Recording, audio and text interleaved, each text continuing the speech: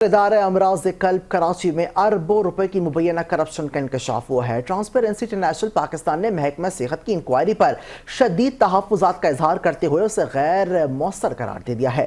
ادارہ امراض قلب کراچی میں اربوں روپے کی مبینہ مالی بے ضابطگیوں کے خلاف محکمہ صحت سندھ کی جانب سے انکوائری کا آغاز کر دیا گیا ہے۔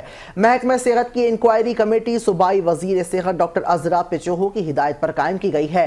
اس میں گریڈ 18 اور 19 کے جونیئر افسران کو شامل کیا گیا ہے۔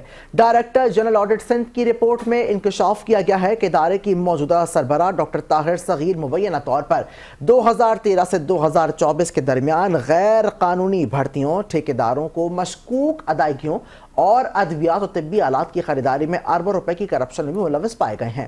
ٹرانسپیرنسی انٹرنیشنل پاکستان نے مطالبہ کیا ہے کہ انکوائری کے لیے گریڈ 20 کے کم از کم 5 سینئر افسران پر مشتمل ایک آزاد اور بااختیار کمیٹی تشکیل دی جائے۔ اسی کے ساتھ ساتھ محکمہ صحت سپرا، ڈی جی آڈٹ، محکمہ خزانہ اور کسی معتبر سرکاری اسپتال کے میڈیکل سپرنٹینڈنٹ کو بھی کمیٹی کا حصہ بنایا جائے تاکہ انصاف کے تقاضے پورے ہو سکیں۔